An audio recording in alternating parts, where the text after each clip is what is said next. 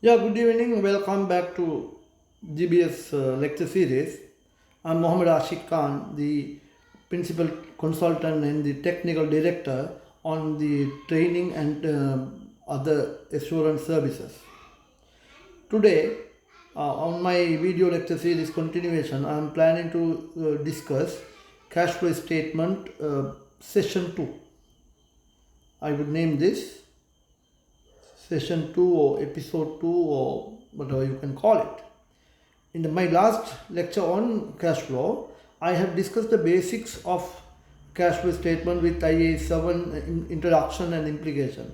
And also we discussed about how to prepare cash flow using direct method and indirect method. Today I thought of going through some additional matters relating to IA 7. Specifically IA 7, some areas they are emphasizing on that I thought of share with my viewers. So one of the matters or pointers is that the dividends should be or can be presented in either operating activity cash flows or as financing activity cash flows. IS 7 allows this, but IS 7 says what? If you opt to choose operating activity cash flow, you must be consistently use that. You must be consistently use that. Otherwise, if you opt to choose financing activity cash flow, you can still do the same, but then again you have to consistently use it. So that is one of the matters. And then cash flow, also we can think about talking about something called reporting on net basis. Now sometimes from some cash flows we may have positive cash flows as well as negative cash flows. So therefore what we can do is that we can present on a net basis on the following two circumstances only. On other terms, so otherwise you cannot net it. You have to present on a gross basis. But here in these following two circumstances, IAS 7 allows you to net. The first one is cash receipts and payments on behalf of customers and the cash flows reflected in the activities of the customer and not the entity. So you have to look for types of cash receipts and payments which are on behalf of customers. Now for example, a company is taking up an agency business and the company is receiving cash flows on behalf of the principal. Like the customers are paying for the principal and this agency may only have income as a commission or a small margin. The major cash flow will be to the customer. So in this situation, what the company entity can do is that the total collection, they can present it and then they can also deduct any commission. And then they can show the net cash flow. So they can net this. Receivable and payable, they will net it and then they will present. So the second scenario is cash receipts and payments for items in which the turnover is very quick. The amounts are large and the maturities are short. Now sometimes if you talk about a banking or insurance company, the customer's cash flows are what I would say that large quantities. So in that situation, what you have to do is that you could net these both those total cash flows when we are splitting into bits and pieces. So which the cash receipts and payments for items in which the turnover is quick and the amounts are large and the maturities are short. For these cash flows also we could net it. And then we also need to talk about foreign currency cash flows. There is a separate accounting standard which we talk about foreign currency, which is IAS 21, one of the famous and reasonably oldest accounting standard discussing all the different accounting treatment for foreign currency. There, the foreign currency shall be recorded in the functional currency. Foreign currency cash flows should be recorded in the functional currency. When we are having a separate discussion on IAS 21, we will talk about functional currency and presentation currency. To give a small brief here, let's say we have our head office is in US and our branch is in let's say Qatar. In Qatar they use Qatari Riyal, whereas US head office they use US dollars. So when for their functional purpose they are using the Qatari Riyal, but when they produce the financial statement they need to convert this into US dollars. So the US dollar will become the presentation currency, whereas the normal local day-to-day purpose for their functions, whatever the cash currency they are using, which is Qatari Riyal, becomes the functional currency. So the functional currency into the exchange rate will appear as the presentation currency between functional currency and the foreign currency at the date of cash flow. We need to record at the date of cash flow. So that is one important aspect. On the other hand, what we will have to find out that,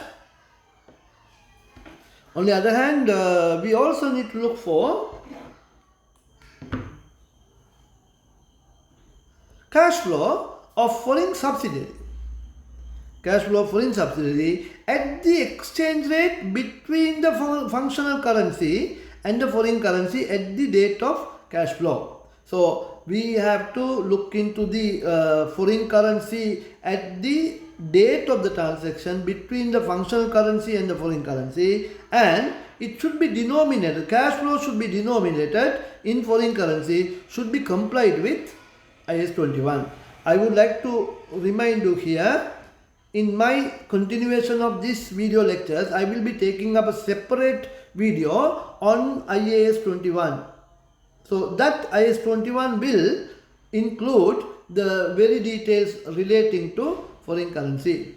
Unrealized gains and losses arising from change in foreign exchange rates are not cash flows.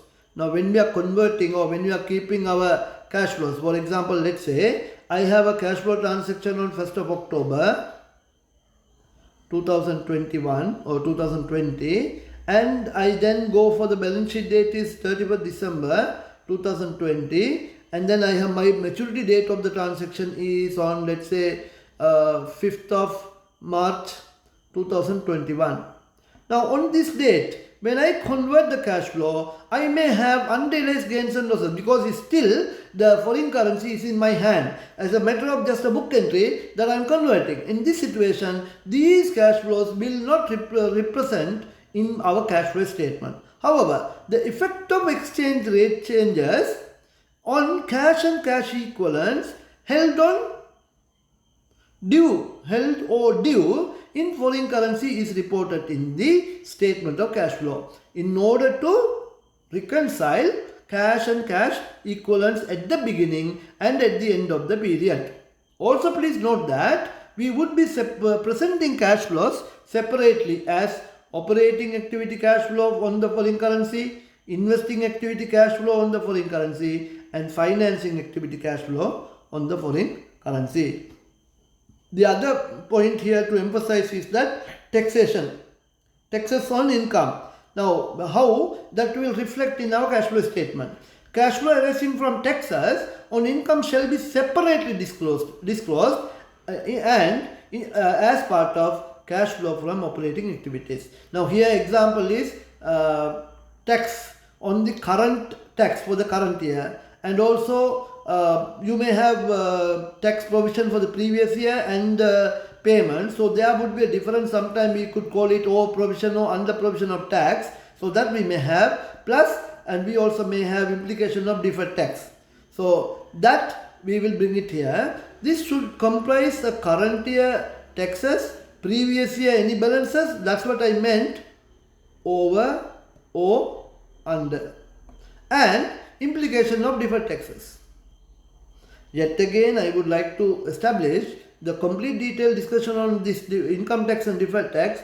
We will have a separate video series on IAS 12. So whenever I am publishing that, you will come to know. My next topic will be IAS 8 soon after I finish the complete series of cash flow statement. Then it's just a working that I would like to share with my viewers. that how you calculate the cash flow for the income tax. And remember, this cash flow for the income tax we generally present in operating activity. But standard says that still you could classify under investing activity or financing activity on any specific cash flows arising from income tax. However, separately identifying and finding out of those cash flows in those topics, meaning investing activity or financing activity, it's a bit complicated and no clarity is available. Since that the standard allows to put all the cash flows from taxation to present under operating activity. However, standard is not disallowing for you to present these cash flows under investing or financing activity if you have complete information and details relating to that appropriate taxes. And then here we have our current tax opening balance, deferred tax opening balance, current tax closing balance, deferred tax closing balance, and this working here is just to work out the P&L charges. This could be from the previous period. Here I would like to remind you that sometimes it could have a credit balance. So then we have the tax payable, that the current year provision. This tax payable I have brought it here, that's the current year charges, and then once you balance all this, you get this answer. Now this answer will be taken to cash flow statement. Investments in subsidiaries, associates and joint venture. This particular area is very special, and that is we have a separate discussion on what we call consolidated cash flow statement. That I will discuss as the last part of the series on cash flow statement. With that, I would like to mention some points here. I will have one more video on answering a comprehensive question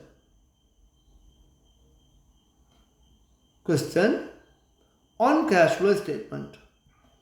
And then I will pick one more, that means I will deliver another video lecture on consolidated cash flow statement. So with that, I would like to conclude today's lectures, and then thank you very much for viewing my video lecture series. For the benefit of everyone, please follow the following steps as a kind request. Subscribe to my YouTube channel, press the bell button at the bottom of this video, and also kindly share to everyone who would benefit from this video lecture series.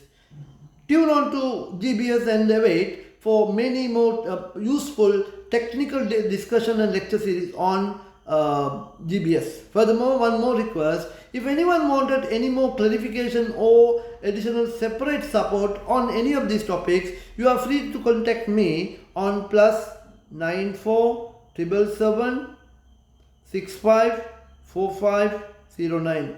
I would like to say that this number WhatsApp also active. Thank you so much and hope to see you soon again.